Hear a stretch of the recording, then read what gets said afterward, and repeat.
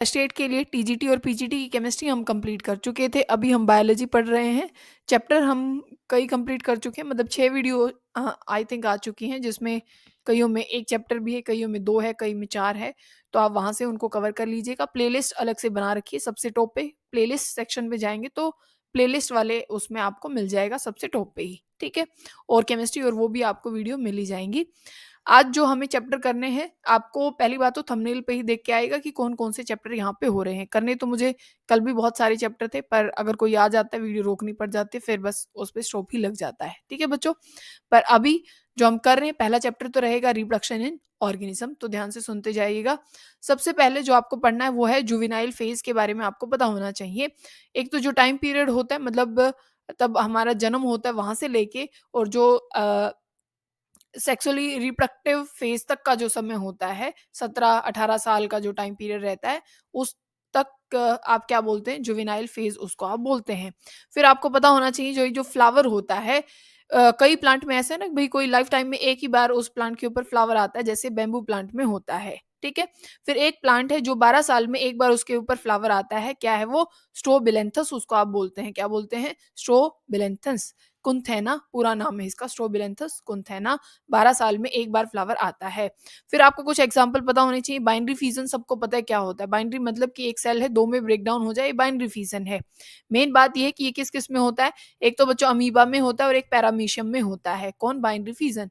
फिर आपको बडिंग के बारे में पता होना चाहिए। बडिंग में क्या होता है, जैसे हाइड्रा में आपने देखा होगा, यीस्ट में आपने देखा होगा कि एक प्लांट है, उसमें एक एक्स्ट्रा आउटग्रोथ आ जाती है, जो एक तब सुटेबल टाइम पीरियड तब आ जाता है, तो वो डीअटैच हो जाती है, फिर एक नया प्लांट या कोई भी ऑर्गेनिज्म वहाँ से आ जाता है, ठीक है? इसको बडिंग बोलते हैं। ये प्लांट में भी होती है और बहुत सारे और ऑर्गेनिज्म में, जैसे मैंने बताया हाइड्रा और यीस्ट में ये देखने को आपको मिलती है। फिर आपको कोनिडिया पता होना चाहिए। कोनिडिया फंगी में मतलब इसके थ्रू क्या होती है, रिप्रोडक्शन। कोनिडिया होते हैं वो जो स्पोर्स आपको दिखते हैं। फिर जेम्यूल्स होना चाहिए, जो कि किसमें बनते हैं, वो बनते हैं स्पॉन्जेस में। तो ये चीज़ आपको पता होनी चाहिए। वैसे तो और सब आपको पता ही है भई, फ्रेगमेंटेशन क्या है, कि एक प्लांट है उसमें क्या हो जाता है भई, वो क्या है, ब्रेक डाउन हो जाता है कुछ हिस्सों में, ठीक है? तो मैच्योरिटी के बाद वो कुछ हिस्सों में क्या हो जाएगा, ब्रेक डाउन हो जाएगा, फिर हर पार्ट से नया प्लांट या पार्ट ऑफ ऑर्गेनिज्म वहाँ से बन जाता है। जैसे स्पाइरोगायरा और इन सब में आपने पढ़ा है, ठीक है? ये चीज़ आप ध्यान रखेंगे। फिर अगर आप देखें कि ऑर्गेनिज्म की जो लाइफ साइकिल आपको देखने को मिलती है, ऑर्गेनिज्म है, और ऑर्गेनिज्म में प्लॉइडी क्या मिलती है, 2n, क्योंकि हमारे अंदर 46 क्या मिलते हैं बच्चों, क्रोमोसोम, मतलब 23 पेयर क्रोमोसोम मिलते हैं, और वैसे क्या हो जाते हैं टोटल 46, मतलब 2n में मिलेगा ऑर्गेनिज्म। फिर वहां पे मियोसिस हो जाती है बच्चों, मियोसिस से बनते हैं फिर गैमेट। ऑर्गेनिज्म में मियोसिस हो जाती है तो फिर वहां पे गैमेट बनता है। गैमेट तब दो गैमेट आपस में फ्यूज करते हैं, मेल और फीमेल का जब गैमेट फ्यूज करता है तो यहाँ पे जाइगोट बन जाता है और फिर एम्ब्रियो बन जाता है, ठीक है? जाइगोट बनेगा, फिर एम्ब्रियो बनेगा, और एम्ब्रियो 2n का ही होता है, जाइगोट भी 2n का ही होता है। बस गैमेट किस फॉर्म में होते हैं बच्चों, एन फॉर्म में होते हैं। ये चीज आपको पता होनी चाहिए, ठीक है? फिर आपको जो मेल और फीमेल रिप्रोडक्टिव स्ट्रक्चर हैं, कि अगर दोनों मेल और फीमेल जो पार्ट होते हैं, अगर वो सेम प्लांट में होते हैं तो आप उसको बाइसेक्सुअल बोलते हैं। और अगर क्या है, सिर्फ भाई मेल पार्ट एक ही उसमें है तो वो यूनिसेक्सुअल हो जाता है, दोनों उसमें है तो वो क्या हो जाता है, बाइसेक्सुअल हो जाता है। ये चीज आपको पता होनी चाहिए। अगर फंगी में बच्चों बाइसेक्सुअल जो अगर है, फंगस कैसी है, बाइसेक्सुअल है, तो उसको होमोथैलिक बोला जाता है। अगर हेटेरो में क्या हो जाता है भाई, अलग अलग है, मेल और फीमेल क्या है, जो पार्ट है वो अलग अलग है, उसको आप बाइसेक्सुअल बोल देते हैं। बाइसेक्सुअल या यूनिसेक्सुअल, ये हेटेरोथैलिक की बात कर रहे थे, बाई और मतलब हेटेरोथैलिक होता है यूनी, हेटेरो का मतलब होता है बच्चों, हेटेरो का मतलब है यूनिसेक्सुअल, और जो होमो का मतलब है, होमो मतलब सेम, जिसमें बाइसेक्सुअल आ जाएगा। फिर आपको पता होना चाहिए भाई, बाइसेक्सुअल को ही हम क्या बोल देते हैं बच्चों, इसको मोनोशियस बोल देते हैं। मोनो मतलब एक ही प्लांट में या एक ही ऑर्गेनिज्म में वो क्या है भाई, दोनों के दोनों सेक्स प्रेजेंट है, तो उसको बोल दिया जाता है मोनोशियस। और अलग अलग प्रेजेंट है तो वो डायोशियस हो जाता है। तो यूनिसेक्सुअल, हेटेरो थैलिक, ये सब कुछ आपको पता होना चाहिए। फिर आपको क्या है कि अगर सिमिलर गैमेट होते हैं, बिल्कुल सेम गैमेट अगर बनते हैं मेल और फीमेल के, तो वो होमो गैमेट होते हैं। अलग अलग हो जाता है तो वो क्या हो जाते हैं, हेटेरो गैमेट हो जाते हैं, अलग अलग शक्ल अगर वो दिखाई पड़ते हैं। फिर से एक होती है मेंस्ट्रुअल साइकिल, ठीक है? जो प्रीमेट्स ऑर्गेनिज्म है जैसे मंकी है, ह्यूमन है, एप्स हैं, उनमें देखने को मिलती है। एक ओस्टर साइकिल होती है जो कि मतलब टाइगर में, रैट में, शीप में, काऊ में, डियर में, इन सब में देखने को मिलती है, वो ओस्टर साइकिल होती है, ठीक है? फिर जो हम नेक्स्ट चैप्टर पढ़ रहे हैं बच्चों वो है रिप्रोडक्टिव हेल्थ। कौन-सा है? रिप्रोडक्टिव हेल्थ है नेक्स्ट चैप्टर। रिप्रोडक्टिव हेल्थ में पहले आपको डब्ल्यूएचओ की फुल फॉर्म पता होनी चाहिए। डब्ल्यूएचओ क्या है? वर्ल्ड हेल्थ ऑर्गेनाइजेशन है। इसमें एक तो हेल्थ के बारे में तो हम सब जानते हैं, हेल्थ क्या होती है भई टोटली जब हमारा मेंटली, फिजिकली, इमोशनली, बिहेवियरली और सोशली अगर हम बिल्कुल वेल बीइंग होते हैं तभी आप उसको बोलते हो कि ये एक हेल्दी पर्सन है। वैसे ही आपको कौन-सा एस्पेक्ट लेना है? आपको लेना है रिप्रोडक्शन वाला कि वो बिल्कुल टोटल हर तरीके से क्या होना चाहिए? बिल्कुल डिजीज़ फ्री तभी हो सकता है, तब वो सारी चीज़ों में ठीक हो, चाहे बिहेवियर हो, इमोशनल, फिजिकल, सोशल कैसे भी, ठीक है? फिर आपको पता होना चाहिए कि भई कुछ फुल फॉर्म है जो आपको पता होनी चाहिए, जैसे एक तो आईएमआर की फुल फॉर्म पता होनी चाहिए। आईएमआर क्या होता है? इन्फेंट मोर्टेलिटी रेट को हम आईएमआर बोलते हैं। फिर एमएमआर का पता होना चाहिए, मैटरनल मोर्टेलिटी रेट, ठीक है? मैटरनल मोर्टेलिटी रेट और ये इन्फेंट मोर्टेलिटी रेट, ठीक है? ये आपको पता होना चाहिए। फिर आप ये भी याद रख सकते हैं आरसीएच की, reproductive and child health care, ठीक है? Reproductive and child health care, ये चीज़ ध्यान होनी चाहिए। फिर क्या है? एक ये टर्म है जो आपने बहुत बार पढ़ी होगी, मतलब ये आप सुनते हैं, क्या बोलते हैं इसको? देखो मैं लिख देती हूँ फिर, क्योंकि कई बार प्रोनाउंसिएशन किसी टीचर की अलग होती है, किसी की अलग होती है, तो वो बच्चे कन्फ्यूज़ ज़रूर हो जाते हैं। एमनियोस्टेंसिस जिसको हम बोलते हैं, इसमें क्या होता है बच्चों? लिख देते हैं एएमआई सॉरी AMNIOCENTESIS, ठीक है? एम्नियोस्टेंसिस। इसमें क्या होता है बच्चों कि जैसे जो वर्म में आप जो फ्लूइड देखते हो ना, उसको क्या किया जाता था? उसको निकाला जाता था, ठीक है? और उससे फिर भई जो फीटस बना है वो बिल्कुल ठीक है या उसमें कोई गड़बड़ आई है या मेल है, फीमेल, उसमें सब कुछ जानकारी मिल जाती थी। वो मतलब स्टार्ट तो उसका इस वजह से हुआ था कि भई कोई भी बच्चे में प्रॉब्लम है, कोई डिफेक्ट आ जाता है तो भई आगे क्योंकि उसका पालन-पोषण करने में बहुत प्रॉब्लम आएगी पेरेंट्स को, तो अगर ऐसा कुछ है तो भई उसको क्या किया जाता है फिर? भई मतलब इस लाइफ में लाना है कि नहीं लाना वो तो उसके पेरेंट्स की डिमांड होगी, पर ऐसी कोई प्रॉब्लम होती थी तो भई वो तो पेरेंट्स के ऊपर है, या फिर उसको फिर क्या किया जाता था? अबॉर्ट करवा दिया जाता था। पर फिर इसका क्या है मिसयूज़ होने लग गया, क्या करके कि भई जो भई लड़का है या लड़की है तो फिर उसको अबॉर्ट करा देते थे। पर फिर इसका क्या कर दिया गया? बैन कर दिया गया, ठीक है ना?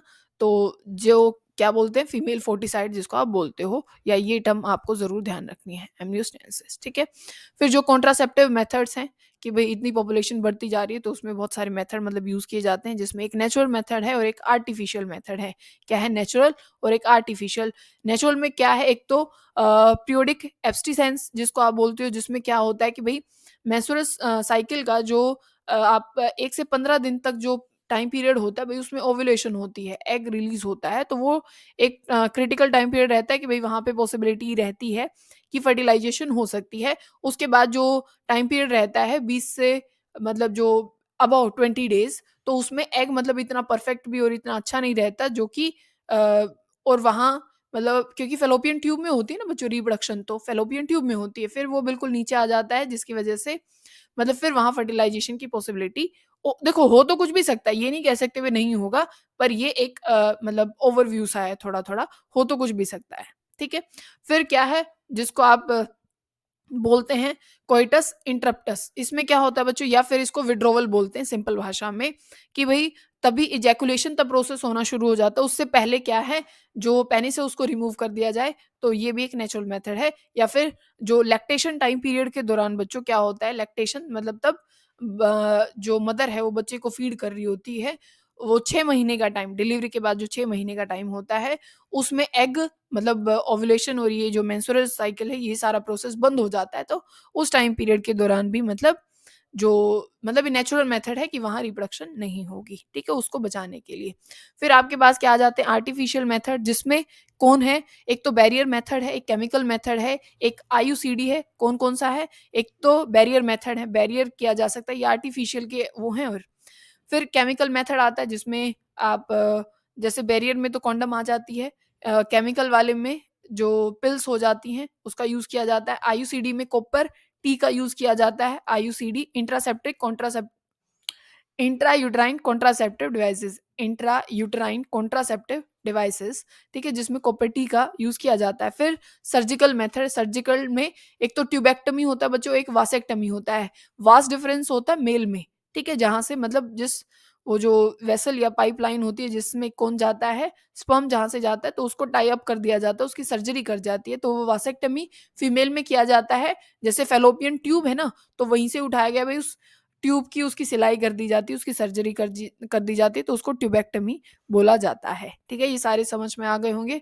बैरियर मेथड, जिसमें मैंने बताया कॉन्डम का यूज किया जाता है। इसका एक फायदा और है बैरियर मेथड का, कि यहाँ पे जो डिजीज है उसका ट्रांसफर होने के खतरे भी काफी क्या हो जाते हैं, कम हो जाते हैं। किसमें बच्चों, बैरियर मेथड में, क्योंकि बैरियर ही हो गया, तो इसी वजह से यहाँ पे डिजीज जो है थोड़ा सा मतलब चांसेस जो हो जाते हैं वो काफी कम हो जाते हैं, ठीक है। बात समझ में आ गई। आईयूसीडी मैंने बताया, इंट्रासेप्टिव इंट्रायूट्राइन कॉन्ट्रासेप्टिव डिवाइसेस, ठीक है। फिर पिल्स के बारे में बोला, जो कि वैसे कॉम्बिनेशन होता है प्रोजेस्टेरोन और एस्ट्रोजन का, वही दवाइयाँ दी जाती हैं जिसको आप पिल्स के नाम से जानते हो, और जो आप कॉमनली जैसे बिकती हैं सहेली और इन सब चीज़ों के नाम से। ट्यूबेक्टमी, वासेक्टमी मैंने बता दिया। फिर आपको पता होना चाहिए एमटीपी की फुल फॉर्म, एमटीपी, इसमें क्या होता है, medical termination of pregnancy, medical termination of pregnancy इसको बोला जाता है, ठीक है ना। कि भाई अगर कोई भी प्रॉब्लम हो जाती है मदर को या बच्चे को, या वो ऐसा नहीं है, तो उसको अबॉर्ट किया जा सकता है, टर्मिनेट उसको किया जा सकता है। फिर आपको पता होना चाहिए एसटीडी क्या होता है, सेक्सुअल ट्रांसमिटेड डिजीज जिसको बोला जाता है, जिसमें कॉमनली आपको गोनोरिया, सिफाइलिस और एड्स के बारे में पता होना चाहिए। गोनोरिया, सिफाइलिस ये बीमारी है बच्चों किसकी, ये बैक्टीरिया की वजह से होते हैं, और जो एड्स होता है बच्चों, ये किसकी वजह से होता है, वायरस की वजह से होता है। वायरस सबको पता है उसका कौन सा है, एचआईवी है, ह्यूमन इम्यूनो वायरस जिसको बोला जाता है, ठीक है। एड्स की फुल फॉर्म भी सबको पता होगी, ह्यूमनो, क्या बोल रहे हैं अपन, एड्स की फुल फॉर्म क्या होती है बच्चों, एक्वायर्ड इम्यूनो डेफिशिएंसी सिंड्रोम, ठीक है। सिंड्रोम आपको पता होगा, कलेक्शन ऑफ किसका बच्चों, बहुत सारी डिजीज का। एड्स में एक्चुअल में आदमी एड्स से ना मर के वो जुकाम से भी मर सकता है, इसी वजह से इसको सिंड्रोम का नाम दिया गया है, कलेक्शन है वहां पे एक किस्म से, ठीक है। वैसे तो और भी बहुत सारी हैं जो बीमारियां हैं, जैसे हेपेटाइटिस बी है, ठीक है ना, और ये क्योरेबल नहीं है। एड्स भी क्योरेबल नहीं है, जो अपनी हेपेटाइटिस बी है वो भी क्योरेबल नहीं है, पर गोनोरिया, सिफाइलिस ये थोड़ा बहुत मतलब हो जाते हैं कि भाई इनको आप क्योर कर सकते हैं, ठीक है। फिर क्या होता है कि इनफर्टिलिटी के बारे में आपको पता होना चाहिए कि भाई इनफर्टिलिटी अगर हो जाती है किसी में तो क्या किया जाता है। जैसे एक तो क्या होते हैं, बहुत सारी टेक्निक यूज की जाती है, जैसे आप तो आपने बहुत सारे हॉस्पिटल और इनमें भी देखा होगा कि भाई यहाँ इन विट्रो फर्टिलाइजेशन या इन वीवो फर्टिलाइजेशन यहाँ पे होती है। क्या है, इन विट्रो, ठीक है, इन विट्रो, और एक क्या है, इन वीवो, ये तो फोन आ गया वीवो, ठीक है। तो यहाँ पे क्या है कि फर्टिलाइजेशन बॉडी के अंदर ही होता है, इस प्रोसेस में तो फर्टिलाइजेशन बॉडी के अंदर ही होता है, पर यहाँ पे भाई फीमेल का एग ले लिया जाता है, और जो स्पर्म है उसको ले लिया जाएगा, और लैब में मतलब फर्टिलाइजेशन कराई जाएगी, और तब वो एक ब्लास्टोमेरिया उस स्टेज में आ जाता है, तो उसको मदर बॉडी के अंदर इजेक्ट कर दिया जाता है। एक आपको पता होना चाहिए, सैरोगेसी बच्चों, फर्टिलाइजेशन मदर के अंदर ही होगी, पर वो मदर उसके बाद की सिचुएशन मतलब हैंडल नहीं कर सकती, तो उस चीज को फिर क्या है, यहाँ से फीमेल से मतलब निकाल के, जो एक्चुअल मदर है उससे निकाल के किसी और फीमेल के अंदर उसको डाल दिया जाता है, तो उस मदर को हम सैरोगेट मदर कहते हैं, और इस प्रोसेस को सैरोगेसी बोला जाता है, ठीक है।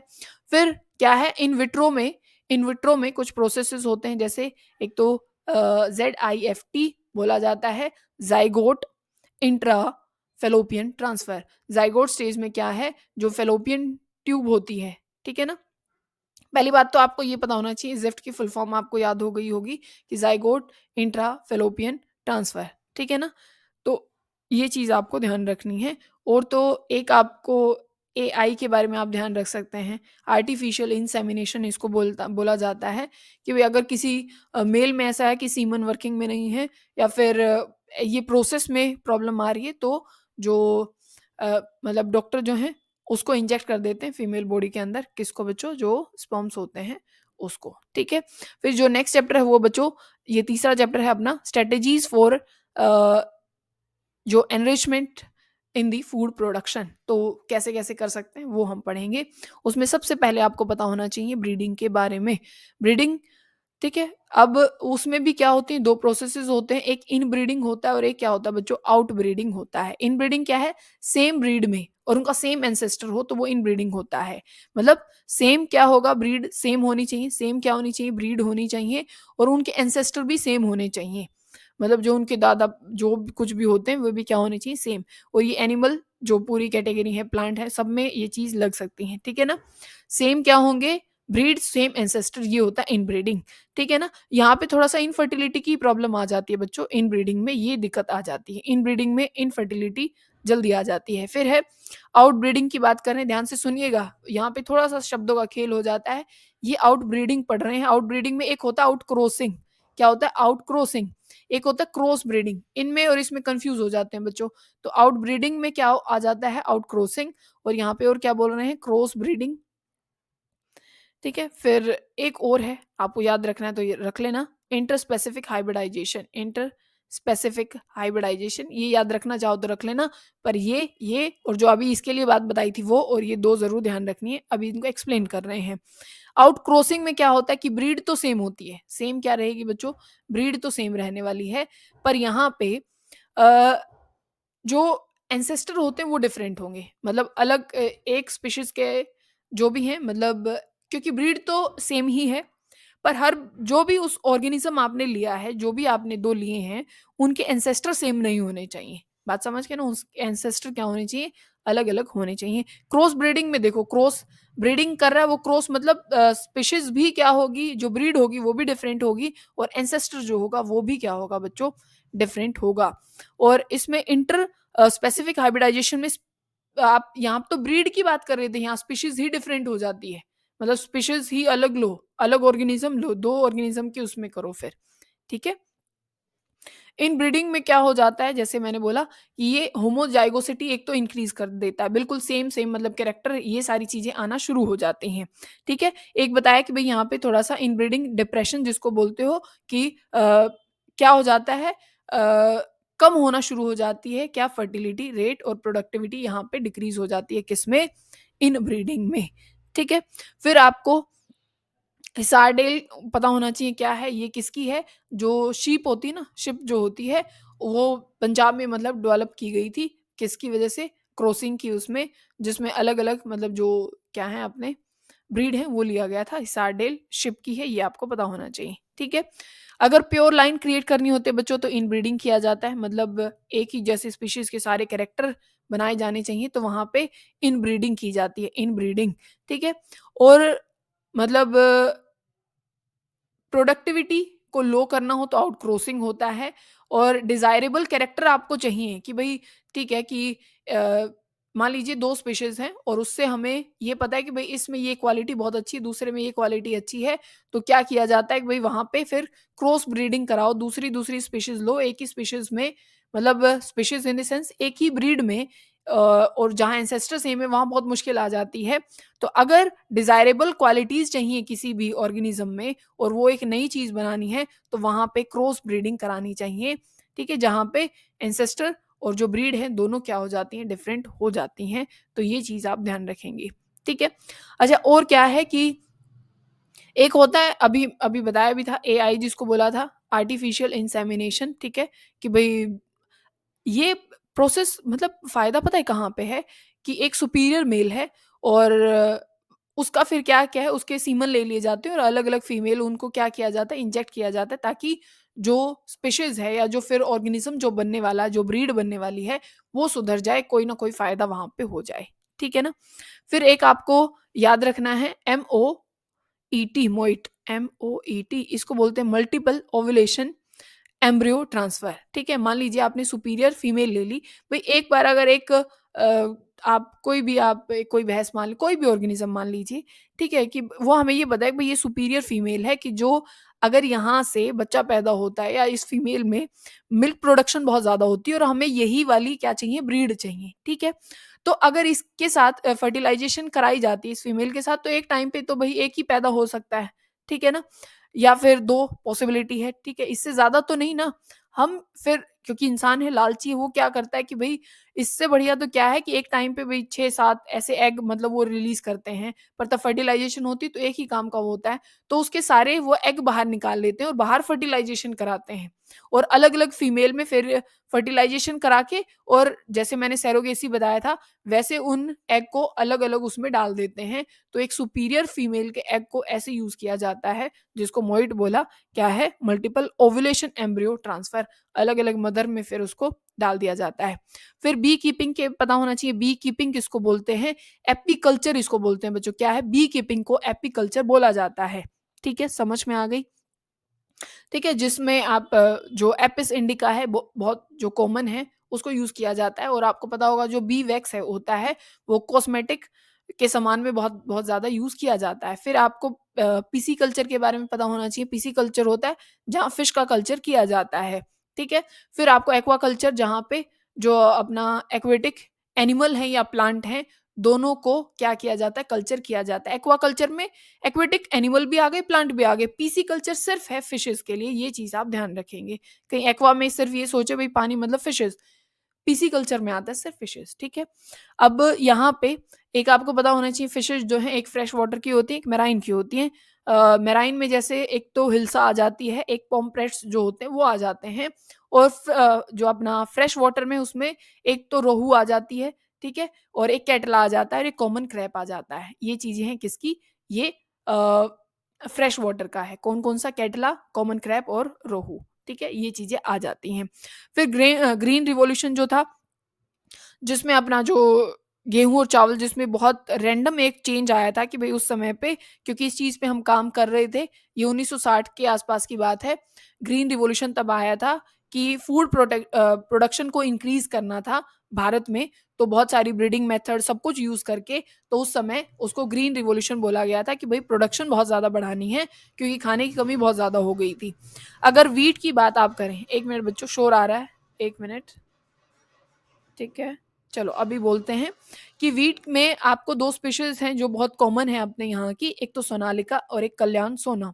सोनालिका और कल्याण सोना दोनों में ही सोना-सोना आ रहा है, तो अपना जो व्हीट है वो गोल्डन से कलर का होता है ना, तो सोना कुछ ऐसे-ऐसे ध्यान रखिएगा, सोनालिका और कल्याण सोना ये अपनी इंडियन वैराइटीज़ हैं, किसकी? गेहूँ की हैं। फिर राइस की है, उसमें तो वैसे कई स्पीशीज़ तो आपको पता ही होगा, राइस में आपको इंडियन वैरायटी में एक तो रत्ना है और एक जया है, ये चीज़ आपको ध्यान रखनी है किसमें? राइस में अ, जया और रत्ना ये 2 चीज़ें। फिर क्या है शुगरकेन का ये क्वेश्चन पूछा गया था, ये अच्छा भी है ये मतलब आपको पता भी होना चाहिए। शुगरकेन की अगर बात करें तो बच्चों 2 स्पीशीज़ हैं, एक वो स्पीशीज़ है जो साउथ इंडिया में ग्रो की जाती है और एक है जो नॉर्थ इंडिया में ग्रो की जाती है। जो अपनी नॉर्थ इंडिया की थी वो खराब क्वालिटी की है और नॉर्थ जो साउथ इंडिया की है वो अच्छी क्वालिटी की है, ठीक है?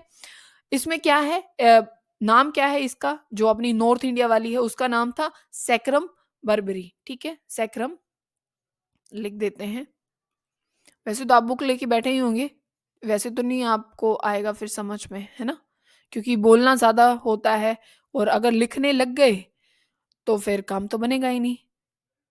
अच्छा ये कौन-सी है? ये तो अपनी नॉर्थ इंडिया की है और ये कौन-सी है बच्चों? साउथ इंडिया की लिख रहे हैं। है सैक्रम ही जो उसका नाम आ जाता है और यहाँ पे क्या है? ओफिसिनेरम, ठीक है? ओफिसिनेरम, ठीक है? ये कौन-सी है? ये अपनी साउथ इंडिया की है। ये अच्छी क्वालिटी की और ये खराब क्वालिटी की है। फिर क्या किया गया? इन दोनों को ही मिक्स कर दिया गया, इन दोनों की क्रॉस कर दी गई। तो एक बीच वाला ऑप्शन तो आएगा ना और जो कि फिर हम अपने नॉर्थ इंडिया में भी ग्रो कर सकते थे। तो इन दोनों को मिला कर के ये चीज़ की गई थी। सैक्रम बर्बरी और सैक्रम ओफिसिनेरम। तो इन दोनों को ये नॉर्थ इंडिया की है और ये साउथ इंडिया की है। 1 मिनट बच्चों, 1 मिनट।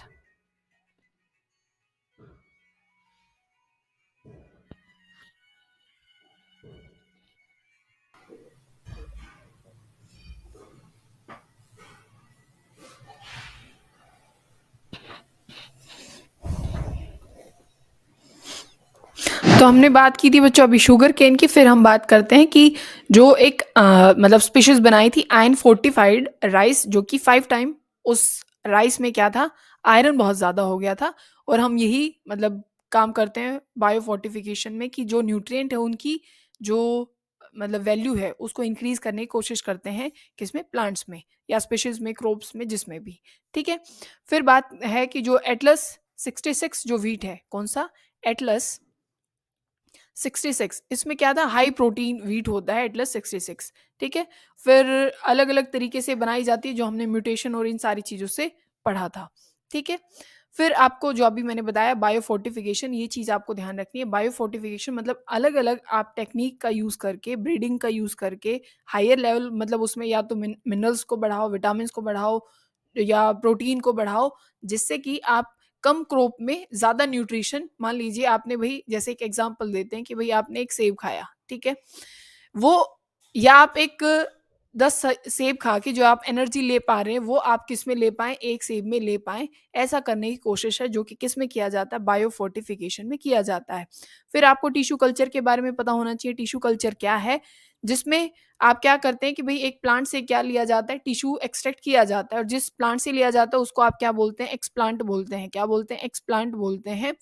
और ये प्रोसेस, या फिर इसी को बिल्कुल माइक्रो प्रोपेगेशन से भी रिलेट किया जाता है। माइक्रो मतलब बहुत छोटी-छोटी, क्योंकि टिश्यू लिया गया है और उसको प्रोपेगेट किया जाता है और बहुत सारे प्लांट उससे बनाए जाते हैं। एक तो लैब में ये काम किया जाएगा बच्चों, और यहाँ पे क्या है कि आपको जो जितने भी, मतलब आप यहाँ पे प्लांट्स जो हैं मतलब तैयार करेंगे, वो डिजीज़ फ्री होंगे, क्योंकि सारा काम लैब में किया गया है। और जो बहुत सारे मतलब टिश्यू हैं उनकी ग्रोथ हो जाएगी, तो उसको एक ये चीज़ आपको याद रखनी है कि उसको कैलस बोला जाता है, ठीक है? बहुत सारे टिश्यू का तब कलेक्शन हो जाता है। फिर एक वर्डिंग आपको पता होनी चाहिए कि जो क्या होती है, टोटीपोटेंसी, कि किसी भी एक, जैसे अभी हमने एक्सप्लांट लिया है, तो उसमें एक पोटेंशियल है कि वो पूरे एक ऑर्गेनिज्म को, एक प्लांट को क्या कर सकता है, जनरेट कर सकता है। तो इसको क्या बोला जाता है, टोटीपोटेंसी बोला जाता है। फिर क्या है कि सोमेटिक हाइब्रिडाइजेशन आपको पता होना चाहिए कि आप दो प्लांट्स का प्रोटोप्लास्ट लें, जैसे कि आप किसका ले लें, आप टमाटो ले लें और आप पोटैटो ले लें, तो पोमैटो बनाया गया था। तो इसको क्या बोलते हैं, सोमेटिक हाइब्रिडाइजेशन बोलते हैं। दो प्लांट्स का, डिफरेंट प्लांट्स का प्रोटोप्लास्ट लिया जाता है। फिर हम बात करते हैं इन्वायरमेंटल इशू का, जो नेक्स्ट चैप्टर है। इन्वायरमेंटल इशू में एक तो आपको ये जो एक्ट आए थे, वैसे तो बहुत सारे सारे, ये तो आपको याद नहीं रखनी, सिर्फ एक तो आपको क्या याद रखना, चिपको मूवमेंट जो है उसके बारे में आपको पता होना चाहिए। एक जो अमृता देवी बिश्नोई है, उनके बारे में आपको पता होना चाहिए, और ये हम पढ़ेंगे। चिपको मूवमेंट की जो बात है वो 1974 के आसपास की बात है, 1974 की। और जो अमृता देवी बिश्नोई है, ये काफी पहले मतलब समय की बात है। ये है 1731 की बात, 1731 की बात है, ठीक है।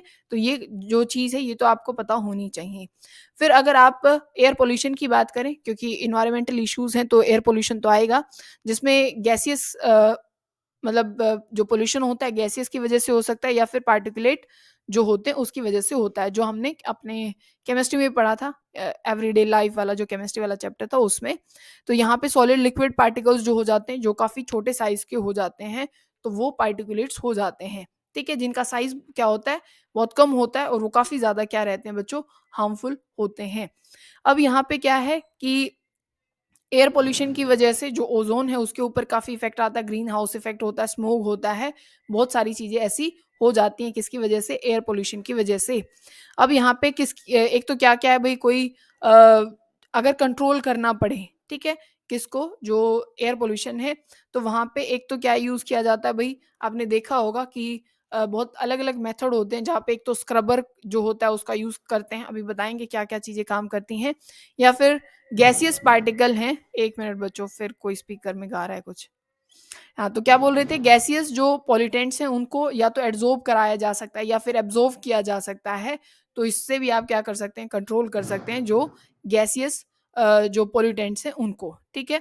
पार्टिकुलेट मैटर को तो बच्चों पकड़ना पड़ेगा, उसको तो कहीं बिठाना पड़ेगा, अदरवाइज़ तो क्योंकि वो साइज़ बहुत छोटा हो जाता है, तो वहाँ उसकी दिक्कत पड़ जाती है। जैसे आपने देखा होगा कि भई इलेक्ट्रोस्टैटिक प्रेसिपिटेटर होता है। क्या होता है, इलेक्ट्रोस्टैटिक प्रेसिपिटेटर होता है। उसमें मोस्टली जो अपने पास पार्टिकुलेट मैटर है वो आप अलग कर लेते हैं। इसमें क्या होता है, जैसे पार्टिकुलेट मैटर पे हमें ये पता है भाई चार्ज है, और चार्ज नहीं भी है तो हम क्रिएट कर लेंगे। यहाँ पे क्या है कि एक किस्म से यहाँ पे प्लेट्स लगा ली जाती हैं, ठीक है, इलेक्ट्रिक प्लेट यहाँ पे होती हैं। जैसे ही यहाँ से मान लीजिए भाई हवा आती है, हवा गई, यहाँ पे जो खराब एयर थी, जैसे वो चीज़ अंदर क्या की जाती है, खींची जाती है, ठीक है। तो अब यहाँ पे क्या होगा कि भई जैसे ही अंदर ये पार्टिकल जाते हैं तो उनके ऊपर क्या क्रिएट आ जाता है, यहाँ से चार्ज क्रिएट हो जाता है। तो एक मान लीजिए इसके ऊपर नेगेटिव चार्ज आ गया तो पॉजिटिव प्लेट के ऊपर ये क्या है, एडज़ॉर्ब हो जाएँगे, ये प्लेट इसको अट्रैक्ट कर लेगी अपनी तरफ, तो अपने आप फिर ये यहाँ पे क्या है, एक किस्म से सेटल डाउन हो जाएँगे। तो ऐसे पार्टिकुलेट मैटर को, इन्हीं को ऐसे एज़ हम स्क्रबर जो बोला था, ऐसे इसको यूज़ किया जाता है, तभी आप उसको निकाल सकते हैं। फिर आपको ओज़ोन का पता होना चाहिए। एयर पॉल्यूशन की वजह से जो बहुत सीएफसीज़ जो हैं, क्लोरोफ्लोरोकार्बन, उनकी वजह से डिग्रेड हो रहा है कौन? ओज़ोन, और ये स्ट्रेटोस्फियर में होती है, ये आपको पता होना चाहिए। और ये हमें यूवी जो रेज़ेज़ हैं उनसे प्रोटेक्ट करता है, और डॉप्सन यूनिट में इसको मेज़र किया जाता है। ओज़ोन को डॉप्सन यूनिट में मेज़र किया जाता है, और जो होल हो रखा है बच्चों, वो एंटार्क्टिका जो रीजन है उसमें इसका होल हो रखा है। डिज़ीज़ क्या हो सकती हैं आपको? म्यूटेशन हो सकती है, क्योंकि बहुत सारी यूवी रेडिएशन होल की वजह से अगर आती हैं नेचर में, एनवायरनमेंट में, तो म्यूटेशन जो कि कुछ भी कर सकता है, ठीक है ना? म्यूटेशन तब पढ़ाया था, तब बताया था। आइज़ की डिज़ीज़ हो सकती है, ब्लाइंडनेस हो सकती है, स्किन कैंसर हो सकता है। ये सारी डिज़ीज़ यहाँ पे हो सकती हैं, किसकी वजह से? जो अपना अ, ओज़ोन की डिप्लीशन के कारण ऐसा हो सकता है। फिर आपको ग्रीन हाउस जो गैसेज़ हैं उनके बारे में पता होने चाहिए। सबसे ज़्यादा कौन होती है? CO2 होती है, फिर CH4 होती है बच्चों, फिर CFCs होती हैं, और फिर N2O होती है। सबसे ज़्यादा कौन होगा? CO2, CH4, और ये सबसे CFC और N2O सबसे कम है। ठीक है? इतनी बात समझ में आ गई। फिर आपको जो मेन जो सारा सिस्टम चला था, वो सल्फर को कम करो, लेड को कम करो, किससे? पेट्रोल से, क्योंकि वहाँ से बहुत ज़्यादा पॉल्यूशन बहुत ज़्यादा हो रहा था, ठीक है? और जो दिल्ली की बसेज़ थी उनको 2002 के अंदर किसमें, सारा डीज़ल से सीएनजी में कन्वर्ट किया गया था। सल्फर कंट्रोल करने की बात हुई थी, सल्फर को भई जो 350 पीपीएम है उतना तो किसमें रखो? डीज़ल में, और 150 पीपीएम कितना रखो? ये अपना पेट्रोल में, इतना टारगेट था। और उससे भी मतलब कम लाने की वो थी कि भई 50 पीपीएम, इससे भी कम तक लेके आया जाए। तो या फिर और क्या-क्या तरीके किए जा सकते हैं कि भई ओल्ड व्हीकल को क्या कर दो, रिप्लेस करो, जिसमें या फिर ऐसा मतलब पेट्रोल की ऐसा वो क्रिएट करो कि जिस सल्फर जिसमें बहुत क्या कर दिया जाए, कम कर दिया जाए। या फिर व्हीकल्स में कैटालिटिक कन्वर्टर लगाए जाएँ, जिससे बहुत सही तरीके से कंबशन हो, और ये सारा सब कुछ अच्छे से हो पाए, पॉल्यूशन ना हो पाए ऑल ओवर, बहुत कंट्रोल्ड वे में, और कंप्लीट कंबशन हो पाए, जिससे जो CO2 या कार्बन मोनोऑक्साइड ये सब कुछ बाहर निकलता है वो चीज़ ना निकले, ठीक है? या अनलेडेड पेट्रोल होना चाहिए, ठीक है? इतनी बात समझ में आती है। फिर है साउंड पॉल्यूशन, अब भी बहुत सारे रूल बनते हैं कि भई जितने ये हॉर्न-वॉर्न सब की वजह से जो नॉइज़ पॉल्यूशन क्रिएट होता है, इसको रोका जाना चाहिए। अब अनवांटेड साउंड को आप क्या बोलते हो? नॉइज़ पॉल्यूशन बोलते हो। डेसिबल में इसको क्या किया जाता है? मेज़र किया जाता है, और अपना ओज़ोन को किसमें? डॉप्सन में किया जाता है, भूलना नहीं है। और नीम और अशोका का जो प्लांट होता है बच्चों, वो साउंड का काफ़ी अच्छे मतलब एब्ज़ॉर्ब कर लेते हैं। किसको? कौन? नीम और अशोका का जो पेड़ होता है, तो पेड़ लगाएँ, वो तो वैसे भी लगा ही लेने चाहिए। फिर बात आती है कि भई जो बहुत सारा वेस्ट हो जाता है, जैसे सीवेज वेस्ट है, न्यूक्लियर वेस्ट है, थर्मल वेस्ट है, डोमेस्टिक वेस्ट है, या इंडस्ट्रियल वेस्ट है, जिसमें कई चीज़ें तो होती हैं ऑर्गेनिक वेस्ट में, कई आ जाती हैं इनऑर्गेनिक में, कई हो जाती हैं बायोलॉजिकल वेस्ट में। तो जो डोमेस्टिक अ, आप वेस्ट जानते हैं जो बायोडिग्रेडेबल होता है, डोमेस्टिक वाला क्या होता है? बायोडिग्रेडेबल, वो तो भई डिग्रेड हो जाएगा, ऑर्गेनिक मैटर में हो जाएगा। जो इंडस्ट्रियल वेस्ट है उसमें आपको 2 चीज़ें मिल जाती हैं, इनऑर्गेनिक वेस्ट भी मिल जाता है, और बहुत जगह ऑर्गेनिक वेस्ट भी मिल जाता है। एक फिर आपको पता होना चाहिए बीओडी के बारे में और सीओडी के बारे में। बीओडी क्या होता है? बायोलॉजिकल ऑक्सीजन डिमांड, और सीओडी होता है केमिकल ऑक्सीजन डिमांड, ठीक है? अब यहाँ पे क्या होता है कि जितने ऑर्गेनिज़्म, मतलब बीओडी को समझा रहे हैं कि ऑर्गेनिज़म्स की डिमांड होती है कि जितना भी, मान लीजिए एक यहाँ पे लेक है और यहाँ बहुत सारा ऑर्गेनिक मैटर पड़ा हुआ है, ठीक है? बहुत सारा वेस्ट यहाँ पे गिरा दिया गया है। तो जितने यहाँ पे ऑर्गेनिज़्म होंगे ना, वो उस ऑर्गेनिक वेस्ट को क्या करने के लिए, डिग्रेड करने के लिए उतनी ही ज़्यादा ऑक्सीजन का यूज़ करना शुरू कर देंगे। पर आप ये तो जानते हैं हर चीज़ में लिमिटेड अमाउंट ऑफ क्या होती है? ऑक्सीजन होती है। पानी में वैसे भी कम होती है, हवा के कंपैरिज़न में बहुत कम होती है। तो अब क्या हो जाता है कि भई यहाँ बीओडी क्या हो जाएगी? बढ़ जाएगी, और अगर यहाँ पे ऑर्गेनिक मैटर मतलब साफ पानी है, तो इतनी ज़्यादा बीओडी नहीं होगी, क्योंकि अब कोई चीज़ डिग्रेड करनी होती है, ब्रेक डाउन करनी होती है, तो एक्स्ट्रा एनर्जी भी तो लगती है ना, ठीक है? जो कि कौन कर रहे हैं? बैक्टीरिया कर रहे हैं। किसको? ऑक्सीडेशन करते हैं वो ऑर्गेनिक वेस्ट का। सीओडी क्या होता है, ये केमिकली होता है और केमिकली में वो दोनों डिग्रेडेशन करता है, बायोडिग्रेडेबल भी और नॉन बायोडिग्रेडेबल। और इसमें केमिकल कौन यूज किया जाता है, K2Cr2O7 कौन यूज किया जाएगा, K2Cr2O7। तो सीओडी जो होगी वो ज्यादा होती है कंपैरिजन टू बच्चों किसके, अपना बीओडी के, क्योंकि यहाँ पे अपना बायोडिग्रेडेबल नॉन बायोडिग्रेडेबल सारे वेस्ट आ जाते हैं इसी वजह से।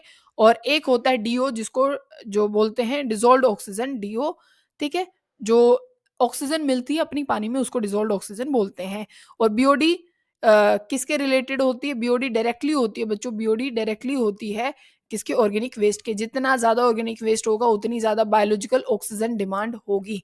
फिर आपको पता होना चाहिए बायोमैग्निफिकेशन क्या है। बायोमैग्निफिकेशन, इसमें क्या होता है कि एक सब्सटेंस की मैग्निफिकेशन हो जाती है, एक्यूमुलेशन हो जाती है एक स्पेसिफिक ऑर्गेनिज्म में, और ये हायर लेवल और ऑर्गेनिज्म में ज्यादा होती है। जैसे कि भाई पौधे हैं, अब उसमें ये फर्टिलाइजर डाल दिए जाते हैं और उसमें बहुत सारे क्या होते हैं, केमिकल होते हैं, बहुत सारे मेटल्स होते हैं जो हमारे, जैसे मरकरी हो गया, लेड हो गया, जो हमारे लिए खतरनाक है। पौधों को अगर मान लीजिए कोई, अल्टीमेटली तो पहुंचना तो ह्यूमन बीइंग के पास, आप ये समझिए, अल्टीमेटली किसके पास पहुंचना है, ह्यूमन बीइंग के पास पहुंचना है। तो वो सारे जो मेटल्स हैं उनको ना तो उनकी डिग्रेडेशन हो सकती, ना वो डाइजेस्ट होते, तो वो हमारी बॉडी में एक्यूमुलेशन उनकी स्टार्ट हो जाती है। तो इसी को बोला जाता है बच्चों बायोमैग्निफिकेशन। जो टॉक्सिक्स हैं, खराब सब्सटेंस है, वो हमारी बॉडी में एक्यूमुलेट होना शुरू हो जाते हैं। ठीक है, बोलो इतनी बात समझ में आ गई। फिर होता है एक यूट्रिफिकेशन, जिसको आप बोलते हैं, क्या बोलते हैं, यूट्रिफिकेशन बोलते हैं, जिसको नेचुरल एजनिंग ऑफ लेक बोला जाता है। क्या होता है, नेचुरल एजनिंग ऑफ लेक का, जिसको यूट्रिफिकेशन पूरा प्रोसेस बोला जाता है। मान लीजिए एक बिल्कुल नया पूरा लेक है, अभी अभी बना है, फिर आप उसको 20 साल बाद देखेंगे, भाई उसमें बहुत सारी जगह ऐसे, भाई उसी में कूड़ा डाल दिया, भाई बड़ा बड़ा है, किसी को पानी में दिखना है, या वैसे भी बहुत सारे ऑर्गेनिज्म रह रहे हैं, भाई उनकी डेथ हो गई तो वो उधर ही पानी में क्या होना शुरू हो जाता है, भाई बॉडी ऐसे वहां पे ही डिकम्पोज होगी, सब कुछ वहीं पे ही होगा। तो ऑर्गेनिक मैटर बहुत ज्यादा बढ़ना शुरू हो जाता है और वहां पे एल्गल ब्लूम होता है, मतलब बहुत सारी, आपने देखे होंगे पुराने लेक, वहां पे ग्रीन ग्रीन पूरी एल्गी वहां पे आ जाती है, तो ये एल्गल ब्लूम हो जाता है। ये यूट्रिफिकेशन का प्रोसेस है, ठीक है ना। और नेचुरल एजनिंग इसको बोला गया है कि नया लेक था, पुराना हो गया, यूट्रीफाइड लेक उसको बोला जाता है। ठीक है, इतनी बात समझ में आ गई है, एल्गल ब्लूम वाला भी समझ में आ गया। और यहाँ पे ऐसे में मान लीजिए ये एक लेक है, यहाँ पे पूरी एल्गी आ गई, पूरे पे एल्गी आ गई, यहाँ पे ऑक्सीजन जा नहीं पाएगी, एयर में ऑक्सीजन है, पानी में डिजोल्व हो नहीं पाएगी, क्योंकि सारी चीजें एल्गी आ गई है। तो सारे ऑर्गेनिज्म मर भी सकते हैं ऐसे, क्योंकि ऑक्सीजन तो जा नहीं रही है, एल्गी ने उसको कवर कर लिया है। तो ये चीज भी आपको ध्यान रखनी है। बात समझ में आ गई है, बोलो। बाहर आज काफी कम शोर हो रहा है ना। तो फिर आपको एक ऑर्गेनिक फार्मिंग इसके बारे में पता होना चाहिए। ऑर्गेनिक, ये केस स्टडी आप कह सकते हैं कि जो रमेश चंद्र थे, रमेश चंद्र डागर, सोनीपत के ही थे अपने, यहाँ पे जो हरियाणा किसान वेलफेयर क्लब उन्होंने बनाया था ऑर्गेनिक फार्मिंग के लिए। ठीक है, तो बस ये याद रखना है कि ऑर्गेनिक फार्मिंग की गई थी, और ये मैंने आपको इनका नाम भी बता दिया, रमेश चंद्र डागर। इन्होंने ऑर्गेनिक फार्मिंग का भाई ये सारा एक किस्म से कह सकते हो कि भाई जिम्मा सा लिया था कि भाई ऑर्गेनिक फार्मिंग करनी चाहिए, उसको एनहेंस किया था। जो भाई अपने नेचुरल फर्टिलाइजर्स या जो ऑर्गेनिक फार्मिंग में आपको पता ही है क्या क्या यूज होता है, उनको यूज किया गया था। ठीक है, फिर जो वाटर वेस्ट ट्रीटमेंट है उसके ऊपर भी काम चला, क्योंकि पानी भी तो क्या है, बहुत ज़्यादा गंदा हो जाता है। तो जिसमें, और पानी में भी क्योंकि बहुत सारा वेस्ट डाला जाता है, जिसमें प्लास्टिक वेस्ट के ऊपर काफ़ी काम किया था, जिसमें अहमद खान खान थे, बेंगलोर के थे, जिन्होंने क्या किया था, जो अपने पास क्या था, पोली ब्लेंड होता है, जो प्लास्टिक पूरा पाउडर है, उसको विटामिन के साथ मतलब ऐड किया था, और वहां पे वो रोड के लिए तैयार किया गया था, अहमद खान ने किया था प्लास्टिक वेस्ट के साथ। इतनी बात आपको समझ में आ गई। फिर है जो न्यूक्लियर रेडियो एक्टिव वेस्ट, बच्चों क्या है, ध्यान से सुनते जाओ। रेडियो एक्टिव वेस्ट जो होता है, जिसमें न्यूक्लियर एनर्जी होती है, एक होता है बच्चों यहाँ पे कि एक्सीडेंटल लीकेज कुछ हो सकता है, या फिर एक हो सकता है कि भाई आप दिक्कत ये रहती है जहां भी रेडियो एक्टिव वेस्ट होता है, तो वहाँ प्रॉब्लम ये आ जाती है कि भाई इनको मतलब दफनाया कैसे जाए, इनको दबाया कैसे जाए, या फिर क्योंकि डिग्रेड तो हो नहीं सकते हैं। तो यहाँ पे बहुत सारे किस्से हुए हैं, जैसे आपने चर्नोबियल वाला इंसिडेंट पढ़ा होगा, जहाँ पे लीकेज हो गई थी न्यूक्लियर एनर्जी का। ठीक है, या फिर 3 माइल आइलैंड है, वहां पे भी ऐसा हुआ था। और या फिर अर्थ में ही इसको कहीं दबाया जाएगा, इससे ज्यादा तो कोई क्या ही करेगा। ठीक है ना? बात समझ गए? तो जो एक होता है, आप जानते हैं कि भई रिसोर्स का हम बहुत ज़्यादा क्या कर रहे हैं, यूज़ कर रहे हैं, एक्सप्लॉइट कर रहे हैं एक किस्म से उनको, जहाँ पे कल्टीवेशन की जाती है, डिफॉरेस्टेशन हो रहा है, और इरिगेशन जो हम, या पानी की वेस्टेज हम जो कर रहे हैं, और ओवरग्रेजिंग जहाँ पे हो जाती है, जिसकी वजह से जो सारा सिस्टम जो है एनवायरनमेंट का, वो सारा बिगड़ रहा है, ठीक है?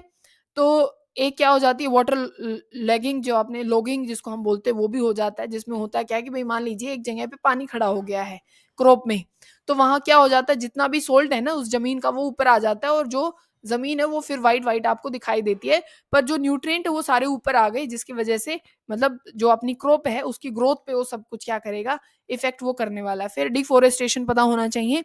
डिफॉरेस्टेशन मतलब क्या होता है कि भई प्लांट को काट दे, डिफॉरेस्टेशन हो जाएगा, और अगर लगा देंगे तो फिर वापस से मतलब फॉरेस्टेशन हो जाएगा। तो अगर आप पहले समय की बात करें तो फॉरेस्ट मतलब थे अपने 30% के आसपास, अभी 20% के आसपास हैं, और होने कितने चाहिए, मतलब 33 के आसपास तो होने चाहिए। मतलब अगर आप प्लेन एरिया में बात करें तो 33 मतलब अपने एरिया में, और अगर आप पहाड़ों पे जाओ तो लगभग मतलब होना चाहिए 65 से 70% क्या होने चाहिए, अपने फॉरेस्ट एरिया होना चाहिए, पर ऐसा तो कुछ है ही नहीं बच्चों। फिर आपको पता होना चाहिए जो झूम कल्टीवेशन है, क्या बच्चों, जो कौन-सी है? झूम कल्टीवेशन। इसमें क्या होता है कि भई ये नॉर्दर्न ईस्टर्न एरिया में किया जाता है। इसमें क्या किया जाता है कि भई ग्रो की जाएगी, वो जो भी खेती हम वहाँ पे कर रहे हैं, फिर उसको वहाँ पे जला दिया जाता है। फिर वो ज़मीन भी किसी लायक होती नहीं है, ठीक है? मतलब ट्रीज़ या जो सब कुछ है उसको काट-पीट के उसको जला देंगे, जो भी वहाँ प्लांट्स का जो बचा-खुचा, जो भी वहाँ पे पार्ट बच जाते हैं, ये झूम उसमें होता है। फिर क्या है, अमृता देवी बिश्नोई, और ये आपको कुछ मोमेंट पढ़ने हैं। ये क्या है, 1971 नहीं, 1731 की बात है, जोधपुर मतलब वहाँ की, बिश्नोई तो आपको पता ही है राजस्थान का है। जोधपुर में मतलब एक राजा ने ऐसे जो पौधे हैं उनको कटवाने का वो किया था। फिर वो वहाँ पे मतलब वो उसके अगेंस्ट लड़ी थी, पर अल्टीमेटली आपको पता ही है भई उन सबको मार दिया गया था। ठीक है ना? तो उसी के जो वाइल्ड लाइफ प्रोटेक्शन अवार्ड है, वो किसके नाम से दिया जाता है? अमृता देवी बिश्नोई। किसमें? Wild life protection award. Indian government जो देती है वो अमृता देवी बिश्नोई के नाम से देती है। समझ में आ गया? चिपको मूवमेंट जो था वो उत्तराखंड की बात है। जो गढ़वाल हिमालयाज़ जो रीजन है ना, जो गढ़वाल्स हैं, मतलब एक जैसे अभी बिश्नोई जो एक कम्युनिटी हो जाती है, वैसे ही गढ़वाल्स हैं। तो यहाँ पे भी क्या हुआ था, ये गवर्नमेंट का मतलब आप कह सकते हो कि भई औरतों ने वहाँ पे फिर जो पौधे हैं उनको ऐसे मतलब पकड़ लिया था, जिसकी वजह से इसको चिपको मूवमेंट बोला गया है, ठीक है? यहाँ पे तो नहीं मार सकते थे, पर अमृता देवी बिश्नोई वाले केस में जो था, वहाँ पे उनको मार दिया गया था। फिर एक है बच्चों जेएफएम, ये है जॉइंट फॉरेस्ट मूवमेंट। एक्चुअल में देखो, तब भी आपको किसी चीज़ की क्या करवानी, प्रोटेक्शन करानी है, तो अब वहाँ के जो लोग हैं उन्हीं के हाथों में अगर हम दे दें, जैसे फॉरेस्ट एरिया के जो आसपास के लोग हैं, वो उस एरिया को बहुत अच्छे से भी जानते हैं, समझते हैं, वहाँ रहना भी जानते हैं। तो इसके अकॉर्डिंग जॉइंट फॉरेस्ट मैनेजमेंट, भई जो लोकल्स होंगे वो भी अपने वहाँ का ध्यान रखेंगे, और कुछ गवर्नमेंट एम्प्लॉइज़ ये थोड़े बहुत तो होते ही हैं, पर मेजरली जो होते हैं, वो कौन होंगे? वहाँ के खुद के लोकल आदमी होंगे। ठीक है? बात समझ में आ गई है? फिर जो नेक्स्ट चैप्टर है बच्चों वो है इकोलॉजी। कौन-सा है? इकोलॉजी। इकोलॉजी में आप देखो क्या है, आपको पता है कि भई पहले ऑर्गेनिज़्म होता है, बहुत सारे ऑर्गेनिज़्म हो जाते हैं तो पॉपुलेशन बन जाता है, पॉपुलेशन मिल जाती है, कम्युनिटी बन जाती है, और कम्युनिटीज़ को भी मिला दोगे तो बायोम बन जाएगा। समझ गए? Organism, then population, then community, then biomes. ऐसे क्या है, इकोलॉजी आप जानते बनती है। फिर आपको पता होना चाहिए एबायोटिक फैक्टर्स होते हैं कुछ अपने नेचर में, कौन-कौन से हैं? एक तो टेम्परेचर है बच्चों, क्या है? टेम्परेचर है, वाटर है, सॉइल है, और क्या है आपके पास? लाइट है। ये क्या है? कुछ एबायोटिक फैक्टर्स हैं। जैसे टेम्परेचर की अगर आप बात करो, तो जो सबसे एक रेलेवेंट और ख़ास जो फैक्टर है अपने एनवायरनमेंट का, इकोलॉजी का, वो कौन है बच्चों? टेम्परेचर है। यहाँ पे कुछ चीज़ें आपको पता होनी चाहिए कि एक तो टेम्परेचर जो है वो लिविंग ऑर्गेनिज़्म का जो काइनेटिक जो होता है, रेट जो होता है, वो डिसाइड करने में ये हेल्प करता है टेम्परेचर। क्योंकि हमें पता है कि भई हमारी बॉडी में कुछ एंजाइम है जो स्पेसिफिक टेम्परेचर पे काम करते हैं। हमारी बॉडी का भई एक स्पेसिफिक टेम्परेचर रहेगा, ना उससे ऊपर, ना उससे नीचे, नहीं तो दिक्कत आ जाएगी, ठीक है? उसमें कौन-कौन से ऑर्गेनिज़्म आते हैं? एक तो होते हैं यूरोथर्मल बच्चों, एक क्या होते हैं स्टेनोथर्मल। ध्यान रखो यूरोथर्मल और स्टेनोथर्मल। जो वाइड रेंज ऑफ टेम्परेचर को क्या झेल पाते हैं, वो तो यूरोथर्मल, और जो कम टेम्परेचर को न मतलब बहुत कम रेंज को झेल पाते हैं, वो हो जाते हैं स्टेनोथर्मल। फिर पानी की बात आ जाती है। पानी की अगर आप बात करो तो भई उसमें एक यूरो हैलाइन हो जाते हैं, एक स्टेनो हैलाइन हो जाते हैं, जो अ, नमकीन पानी आप जानते हैं ना? मतलब अगर एक समुद्र में बात करें, बहुत ज़्यादा वहाँ सैलिनिटी होती है, मतलब सॉल्ट की अमाउंट बहुत ज़्यादा होती है। तो अगर वाइड रेंज ऑफ सैलिनिटी को झेल पाएगा कोई ऑर्गेनिज़्म, तो वो यूरो हैलाइन होते हैं। स्टेनो मतलब होता है नैरो रेंज को जो क्या करते हैं, झेल पाते हैं, उसको हम बोलते हैं, ठीक है? फिर सॉइल में एज़ सच एक तो जो वर्ल्डिंग वर्ल्डिंग बोल रहे हैं। वर्ल्डिंग मतलब मैंने कंबाइन किया बच्चों वाटर और होल्डिंग को। तो वाटर होल्डिंग कैपेसिटी जो होती है उसको परकोलेशन जिसको आप बोलते हैं, ठीक है ना?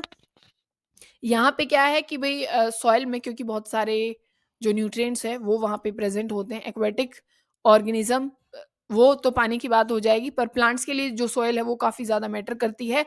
उनके लिए करती है तो अपने आप हमारे लिए हो जाती है।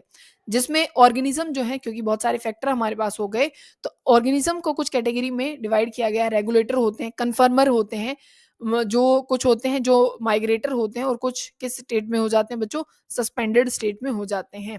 रेगुलेटर क्या होते हैं, जो अपने आप का टेम्परेचर क्या कर लेते हैं, मेंटेन कर लेते हैं। जैसे हमारा जो फिक्स टेम्परेचर बॉडी का वो उतना ही रहने वाला है, ठीक है ना? जैसे 37 है, 37 पे ही रहेंगे, ना ऊपर जाएँगे ना नीचे जाएँगे, और चाहे हमें उसको मेंटेन करने के लिए अब सर्दियों में चाहे हम गरम-गरम कितनी भी चीज़ें खाएँ, बहुत सारे गर्म कपड़े पहने, पर बॉडी का टेम्परेचर उतना ही रखेंगे। ये है रेगुलेटर, जिसमें मैमल्स आ जाते हैं, बर्ड्स आ जाते हैं, वर्टिब्रेट्स आ जाते हैं, कुछ इनवर्टिब्रेट्स भी आ जाते हैं। तो सर्दियों में अलग तरीका हो जाता है हमारा मेंटेनेंस का, और गर्मियों में अलग हो जाता है। फिर हम या तो बॉडी से बहुत पसीना आता है उसको मेंटेन करने के लिए, या फिर हम कुछ ठंडा जो कुछ भी है हम वो खाते रहते हैं, ठीक है? कन्फर्मर क्या होते हैं कि जो चेंज मतलब करते रहते हैं, ठीक है? क्या करते रहेंगे? चेंज करते रहेंगे, वो एनवायरनमेंट के हिसाब से चलते रहते हैं, ठीक है भई? जो उनका बाहर 10 टेम्परेचर हो रहा है तो वो अपना भी ऐसे ही कर लेते हैं, हम ऐसे नहीं करते, हम रेगुलेटर्स हैं, वो कन्फर्मर हैं, ठीक है ना? तो ऐसा प्लांट्स करते हैं मोस्टली बच्चों, ठीक है? या एनिमल्स में भी ऐसा देखने को मिलता है, प्लांट्स में भी ऐसा, ठीक है? ऐसा देखने को मिलता है हमें, ठीक है? जो ऑस्मोटिक कंसंट्रेशन या किसी भी मतलब प्रोसेस का यूज़ करके या थर्मो रेगुलेशन करेंगे, कुछ भी करेंगे, तो उससे वो अपना क्या करेंगे, कन्फर्म करेंगे बाहर और अंदर वाले टेम्परेचर का। अगर किसी से ऐसा नहीं होता है, तो वो माइग्रेशन कर जाते हैं। भई यहाँ ठंड बढ़ गई, तो भई मैं तो गर्मी में रहना पसंद करता हूँ, मैं माइग्रेट कर जाता हूँ। जैसे साइबेरिया से बर्ड आते हैं भरतपुर में, ठीक है? ऐसा होता है ना? तो बहुत ज़्यादा ठंड हो जाए, तो भई अपना निकल लो वहाँ से। सस्पेंशन है, जैसे आप रुक जाना, सस्पेंड हो जाना, बिल्कुल ठहराव कोई आ जाए रेस्ट फ़ेज़ में। जैसे हाइबरनेशन है, ये वर्ड ध्यान रखना है। कौन-सा? हाइबरनेशन, हाइबरनेशन है विंटर स्लीप, एस्टिवेशन है समर स्लीप। हाइबर क्या है? हाइबर है बच्चों जो अपना विंटर स्लीप है, और एस्टिवेशन है समर स्लीप। और डाइपोज़ मतलब बिल्कुल सस्पेंड हो जाना, बिल्कुल पोज़िव हो गया, जो ज़ू प्लैंक्टन्स में देखने को मिलता है। ज़ू प्लैंक्टन्स और फाइटोप्लैंक्टन्स क्या होते हैं? फाइटो मतलब पानी के प्लांट्स, फाइटो प्लांट्स होते हैं, और ज़ू मतलब अपने जो एनिमल्स होते हैं, ज़ू प्लैंक्टन्स अपने एनिमल्स जो पानी में रह रहे हैं, फाइटोप्लैंक्टन्स जो प्लांट्स जो पानी के हैं, ठीक है? इतना समझ में आ गया। फिर आपको कुछ एडाप्टेशन के बारे में पता होना चाहिए। डेज़र्ट प्लांट है, आप सबको पता होगा। एक तो स्टोमेटा ना के बराबर हो जाते हैं, और जो पत्तियाँ होती हैं कि क्योंकि लीफ पे स्टोमेटा होता है, और लीफ पे स्टोमेटा हुआ तो सारा पानी उड़ जाएगा, तो वो काँटों में बदल देते हैं, पानी कहाँ से उड़ेगा, ठीक है ना? सरफेस एरिया घटा ही देते हैं कि भई पानी नहीं जाना चाहिए। फिर जो बहुत ठंडे में जो ऑर्गेनिज़्म रहते हैं, तो उनके जो लिम्ब्स होते हैं वो छोटे-छोटे होते हैं, बहुत लंबे-चौड़े नहीं होंगे। जैसे टेडी बियर आपने देखा होगा ना, उसके पैर हाथ बहुत छोटे-छोटे। तो वो मतलब मैंने याद करने के लिए बताया कि वहाँ उनके जो ईयर है या फिर जो लिम्ब्स होते हैं वो छोटे-छोटे आपको देखने को मिलेंगे। ठीक है? या फिर आर्कियोबैक्टीरियाज़ आपने देखे होंगे जो बहुत खतरनाक कंडीशन में, भई वो थर्मोफिलस भी होते हैं, मतलब एसिडोफिलस भी होते हैं, एसिडिक कंडीशन में भी, मार्श कंडीशन में भी, हर जगह वो रह लेते हैं। ठीक है?